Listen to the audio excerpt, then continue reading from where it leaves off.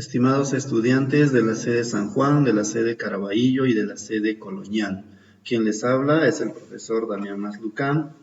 En esta oportunidad trataremos sobre las operaciones con números racionales, de manera específica adición y sustracción. Previamente repasemos algunos conceptos. Habíamos indicado ya con bastante claridad, creo, las clases anteriores, que los números racionales vamos a encontrarlos en todo contexto. Por ejemplo, en el mercado, en los puestos de venta, encontramos precios de los productos en números decimales, encontramos en las tiendas, por ejemplo, las ofertas de descuentos, cuando repartimos cosas para compartir, entre otras circunstancias. Asimismo, también habíamos enfatizado bastante que el conjunto de los números racionales es el conjunto que incluye a los números enteros y estos enteros a su vez incluyen a los naturales. Por lo tanto, es correcto afirmar que todo número natural también es un número entero y en consecuencia también será un número racional.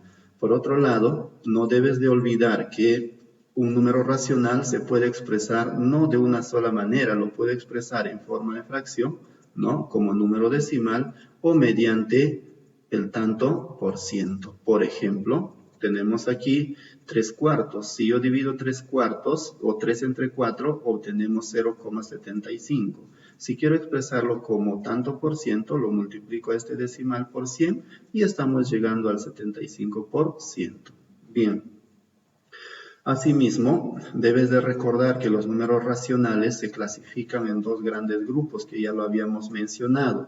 El primer grupo llamado los números fraccionarios y el segundo grupo llamado los números no fraccionarios. Observa cómo son los números fraccionarios. Mira, primero, si tú divides, el resultado no te va a dar un número entero. ¿Correcto? Ninguno de estos números racionales que están acá, el resultado es un número entero. Entonces, en esos casos diremos que son números fraccionarios. En cambio, observa aquí los números no fraccionarios.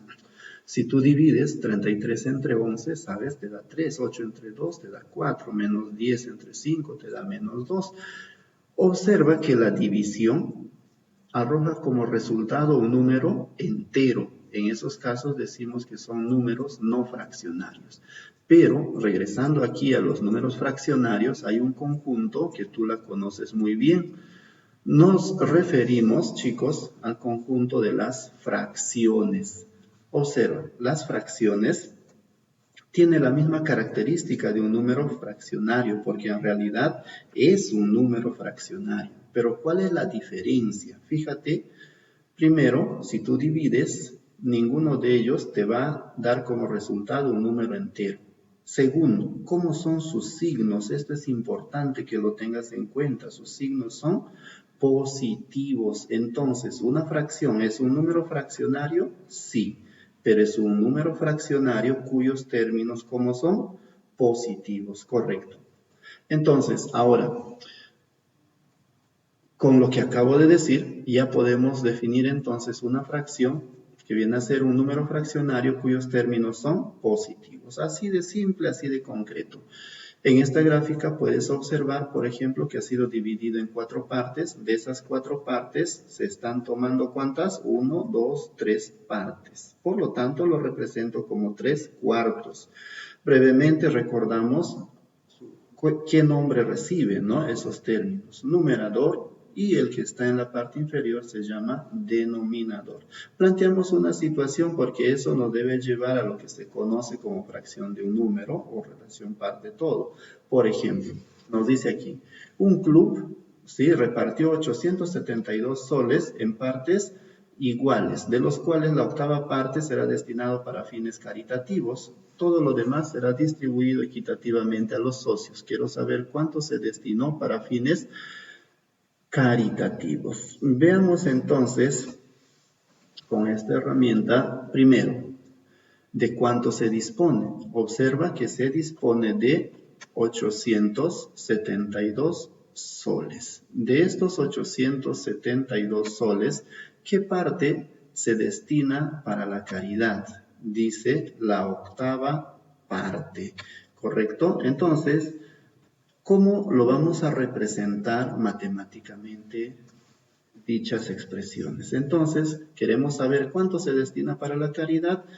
Observamos ahí, dice la octava parte, es decir, 1/8 de 872, que viene a ser el total. Y aquí entra un concepto muy importante que debes de tener en cuenta. Recuerda, la palabra de los significa multiplicación. Por lo tanto, ahora tengo 1/8 por 872. Simplificamos y el resultado que obtenemos, ¿cuánto va a ser? 109, ¿cierto? Por lo tanto, tu respuesta será, pues, destinaron para la caridad o con fines caritativos 109 soles. 109 soles. Ahora, además de estos puntos, debes de recordar también algunos conceptos relacionados sobre fracciones equivalentes. En esta parte, principalmente, vamos a ver cómo se generan. Si tú observas este gráfico que tenemos aquí, mira, si tomamos la mitad, ¿no es cierto que será igualito que decir 2/4? Recuerda, él es un cuarto, él es otro cuarto. Si tomo los dos, tendríamos 2/4. Efectivamente, 1/2 es igual a 2/4. Pero ¿cómo se generan las fracciones equivalentes? Porque no siempre vamos a estar con los gráficos, ¿verdad?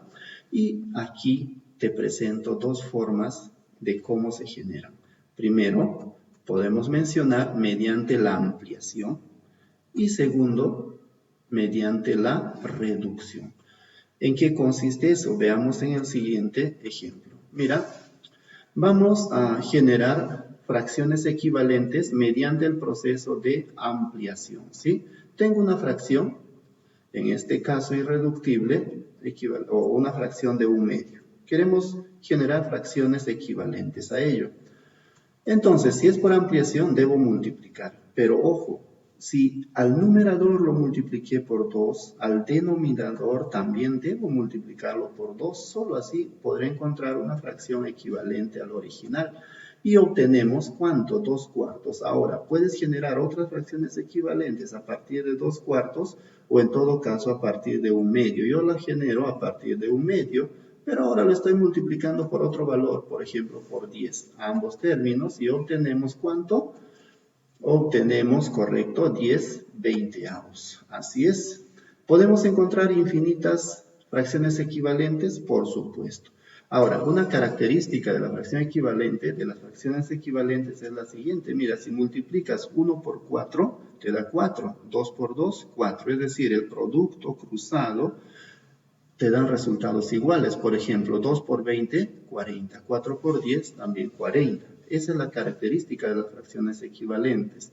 Por lo tanto, por ampliación se genera pues a través de la multiplicación y como te habrás dado cuenta podemos encontrar infinitas fracciones equivalentes. Veamos cómo se expresa por reducción. Tenemos aquí 72/40 si queremos encontrar fracciones equivalentes. Ahora será pues, como su nombre dice, por reducción implica división. Si a uno lo divido con 2, al otro también tengo que dividirlo con 2 y obtenemos ahora 36. ¿Cuánto? 36/20. De la misma manera podemos seguir generándolo, dividiéndolo entre 2, hasta llegar, en este caso, a 9/5. ¿Puedo seguir dividiendo? Ya no. Esa vendría a ser la fracción irreductible. Pero, profesor, ¿podría encontrar una fracción irreductible de manera directa? Por supuesto. Por ejemplo, 72 y 40 tienen un factor común. Ese factor común, ¿cuánto es? Es 8. Si tú divides 72 entre 8, te da 9. Pero si él lo dividiste con 8, a 40 también, pues, ¿no? Y vas a ver que 40 entre 8 te da 5. Efectivamente, entonces, cuando es por reducción, se genera a través de la división o simplificación que se conoce, ¿no? Y se puede llegar hasta encontrar la fracción irreductible. Aquí no hay fracciones equivalentes mediante este proceso de reducción. No hay fracciones equivalentes infinitas, ¿no? En este proceso. Bien, la clasificación de las fracciones. Vamos a establecer 4 criterios que son conocidos. Primero, por comparación de su valor con respecto a la unidad. Aquí aparecen las fracciones que tú las conoces, fracción propia y la fracción impropia. Cuando digo que es propia, observa, cuando el valor de la fracción es menor que la unidad. Y aquí te muestro algunos ejemplos. Mira, 5 novenos, 11 veinteavos, 1/4, 3 séptimos, y puedes seguir mencionando más. Y cuando digo que es fracción impropia, cuando, observa, el valor de la fracción es mayor que la unidad. Ejemplos, mira, 5/4, 19 17avos, y puedes seguir escribiendo otros más si deseas. El segundo criterio de clasificación lo puedes ver aquí por su denominador. En este caso, hablamos de la fracción ordinaria y de la fracción decimal. Así es. Y cuando digo que es ordinaria, observa estos ejemplos. Es ordinaria si es que el denominador es diferente de la potencia de 10. ¿Cuáles son las potencias de 10? Recuerda, 10, 100, 1000 y así sucesivamente. Y eso lo puedes ver aquí, mira, dice diferente de las potencias de 10. Por lo tanto, los denominadores no pueden ser 10, no puede ser 100, no puede ser 1000. Tienen que ser diferentes, ¿sí? Eso es lo que te está indicando.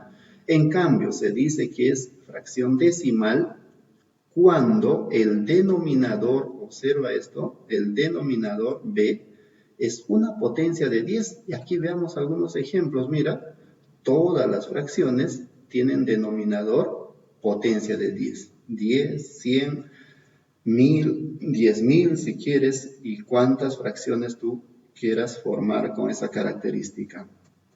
Y el tercer criterio de clasificación la vamos a ver aquí por grupo de fracciones. Esto la conoces. ¿Qué clase de fracción son? Sí, son las fracciones homogéneas y las fracciones heterogéneas. Cuando son homogéneas, ahí veamos algunos ejemplos, cuando los denominadores son iguales. Y cuando son heterogéneas, denominadores diferentes. Basta que uno de ellos sea diferente a los demás para decir que son heterogéneas. Y finalmente, el cuarto criterio de clasificación por la cantidad de divisores comunes de sus términos. Y aquí nos vamos a referir a las fracciones irreductibles y las fracciones reductibles. ¿Cuándo son irreductibles? Cuando ya no se pueden simplificar. Así de manera sencilla. Ya no puedo simplificar. Fracción irreductible. ¿Y cuándo son reductibles? Cuando sí podemos simplificar todavía, mira, 12 octavos puedo simplificar, 4 sextos también, cada uno de ellos lo puedo simplificar. Entonces, en esos casos estaremos ante las fracciones reductibles. Bien, chicos, entonces de esta manera estamos terminando esta primera parte, planteando los conceptos previos y nos estaremos encontrando en el siguiente video.